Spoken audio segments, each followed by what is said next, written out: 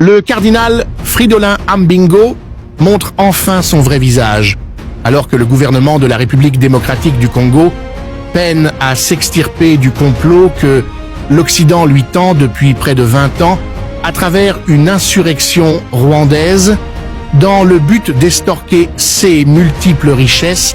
Un allié de taille pour le sanguinaire Paul Kagame laisse enfin tomber son masque.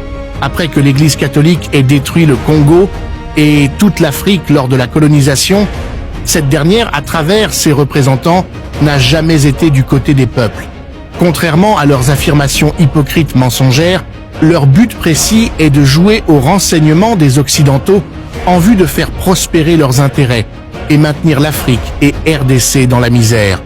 Pendant que femmes et enfants sont égorgés depuis plus de 20 ans dans la partie est du Congo, le Conseil de sécurité ne semble pas être inquiété. Par contre, soutient l'agresseur, le Rwanda de Kagame, puisque ce dernier est son chien de chasse. Bien que des preuves aient été présentées, rien ne change. Le Rwanda a toujours prétendu que si ses troupes sont sur le sol congolais, ce serait pour poursuivre des imaginaires ex-génocidaires, alors que nous savons tous que c'est Paul Kagame, aidé par la France, qui a déclenché le génocide en assassinant le président élu Abiyerimana. Face à la diplomatie congolaise, cette guerre manquait de plus en plus de justification, semble-t-il, payée par Kagame. Fridolin Ambongo a fait une passe en or au Rwanda en prétextant que le gouvernement de la RDC armerait des rebelles dans l'Est, dont les FDLR, considérés comme ennemis de Kagame.